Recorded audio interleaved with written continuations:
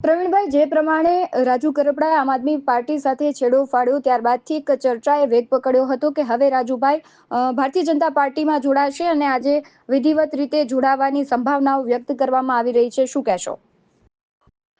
જુઓ, અમે તો ડે 1 થી વાત કહી રહ્યા હતા કે એ પોતે બીજેપી ની અંદર જોડાવાના છે અને હળદર ખાતે જે ખેડૂતોનું આંદોલન થયું એમનો ક્યાંક ને ક્યાંક સોદો થઈ ગયો છે, ખેડૂતો સાથે વિશ્વાસઘાત થયો છે.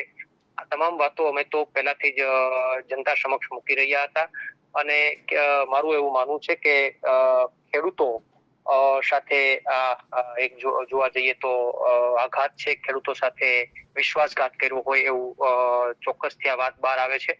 અને છતાં પણ હું તો એવું માનું છું કે જે કંઈ પણ હોય, હું એમને ત્યાં જઈ રહ્યા છે તો એમને શુભકામનાઓ પાઠવું છું અને ત્યાં ખેડૂતો માટે જેમ પહેલા લડતા હતા, ખેડૂતો માટે અધિકારીઓ સામે જેમ ઝઘડતા હતા એમ ઝઘડતા દેખાય તો અમને સારું લાગશે, આવું અમારું માનવું છે. જુઓ, એ તો ન જોડાયા હોત તો પ્રજા અસમંજસમાં રહેત કે શું છે. એમણે જે આમ આદમી પાર્ટી ઉપર આક્ષેપો કર્યા એમાં ક્યાંક પ્રજાને અસમંજસની સ્થિતિ રહેત કે વાસ્તવિક સ્થિતિ શું હશે.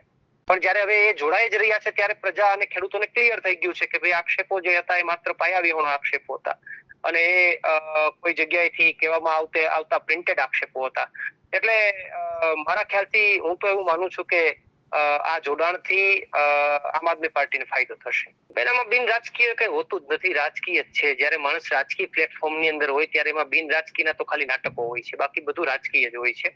અને હવે તો આજે વિધિવત રીતે જોડાણ થાય છે તો હવે પછી બિન રાજકીય શબ્દોનો કોઈ મતલબ જ નથી. બધું રાજકીય છે, પ્લાન્ટેડ છે અને પહેલાથી રાજકીય હતું અને અત્યારે ઓફિશિયલી રાજકીય થઈ રહ્યું છે.